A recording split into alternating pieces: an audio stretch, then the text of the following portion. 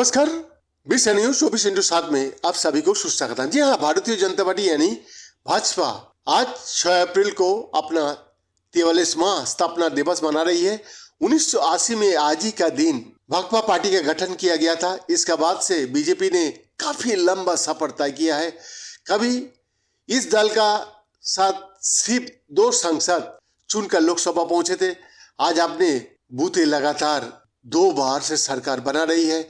ये आज दुनिया की सबसे बड़ी राजनीतिक पार्टी है, जिसके पास भारत में सबसे अधिक सांसद, विधायक और विधान परिषद का सदस्य है। प्रधानमंत्री नरेंद्र मोदी ने बीजेपी मुख्यालय में पार्टी को अधिकारियों और कर्मचारियों के लिए बनाए गए आवास का लोकार्पण करते हुए कहा था, बीजेपी ने महज 2 लोकसभा सीटों से अपना सफर शुरू किया था। 2019 को लोकसभा चुनाव में 303 सीटों पर पहुंच गया। कई राज्यों में हमें 50% से ज्यादा वोट मिला है। उन्होंने ये भी कहा कि आज उत्तर से दक्षिण और पूर्व से पश्चिम तक भाजपा अखिल भारतीय पार्टी बन चुकी है। भाजपा का गठन आधिकारिक तौर पर 6 अप्रैल 1980 को किया गया था। इससे पहले इसे भारतीय जनसंघ का नाम से जाना जाता था।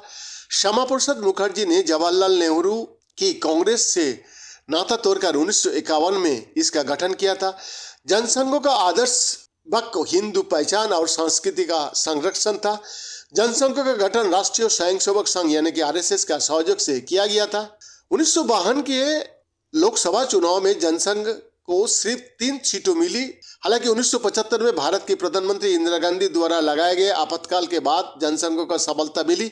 पार्टी का कई नेताओं को इमरजेंसी का विरोध करने के लिए गिरफ्तार किया गया था। जब देश से आपातकाल को हटाया गया, उसके बाद जनसंघ ने कई अन्य छोटे क्षेत्रीय दलों के साथ मिलकर जनता पार्टी का गठन किया। जनता पार्टी की 1977 में सरकार बनी और मोरारजी देसाई देश का प्रधानमंत्री बने। मोरारजी देसाई को 1980 में अंदरूनी कलहों के कारण इस्तीफा देने के लिए मजबूर होना पड़ा। इसके बाद जनता पार्टी 1980 में भंग हो गया। फरमान जारी किया गया कि जनता पार्टी का कोई भी सदस्य आरएसएस की पृष्ठभूमि का नहीं होगा।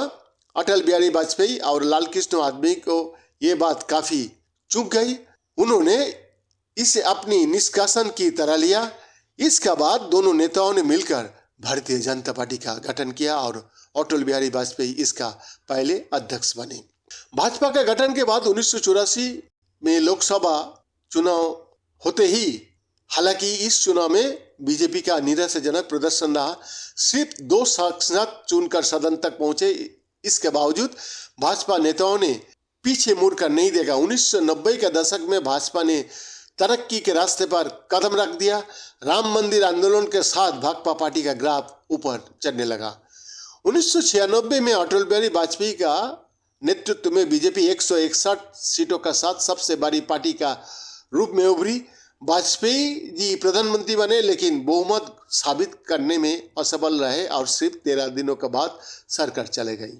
इसके बाद बीजेपी ने 1998 में 182 सीट जीती और वाजपेयी जी ने फिर प्रधानमंत्री बने।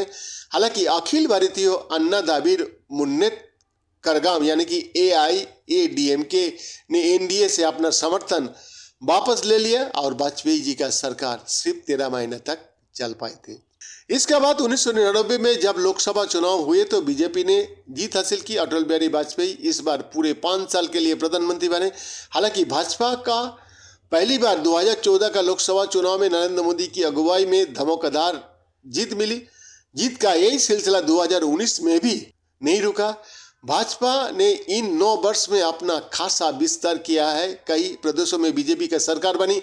हिंदी पट्टी की पार्टी माने जाने वाली भाजपा ने कर्नाटक और पूर्वोत्तर के राज्यों असम, त्रिपुरा, मेघालय और नागालैंड में भी सरकार बनाने में सफल रही। वैद्यनाथ दास की रिपोर्ट, 20 न्यूज 24/7।